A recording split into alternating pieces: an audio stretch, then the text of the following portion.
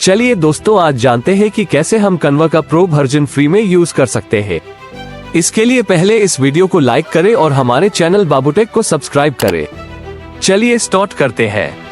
दोस्तों, canva एक ऐसी ऐप है जिसके मदद से आप कोई भी डिजाइन जैसे YouTube चैनल का लोगो या फिर थंबनेल आराम से बना सकते हैं, पर इसका सब्सक्रिप्शन बेहद महंगा आता है।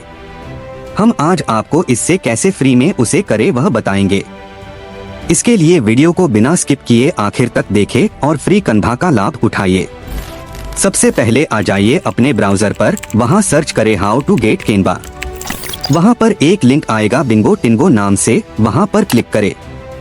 फिर स्क्रॉल करें नीचे तक, वहां आपको कुछ ऐसा दिखाई देगा। वहां पर क्लिक करें। करने के बाद कुछ समय के बाद डाउनलोड का ऑप्शन आएगा, उसके ऊपर क्लिक करें। उसके बाद एक इस बटन के ऊपर क्लिक करने के बाद आपका canva का प्रो वर्जन अनलॉक हो जाएगा। याद रखें कि ये सब करने से पहले आपका कोई भी जीमेल canva से लिंक होना चाहिए।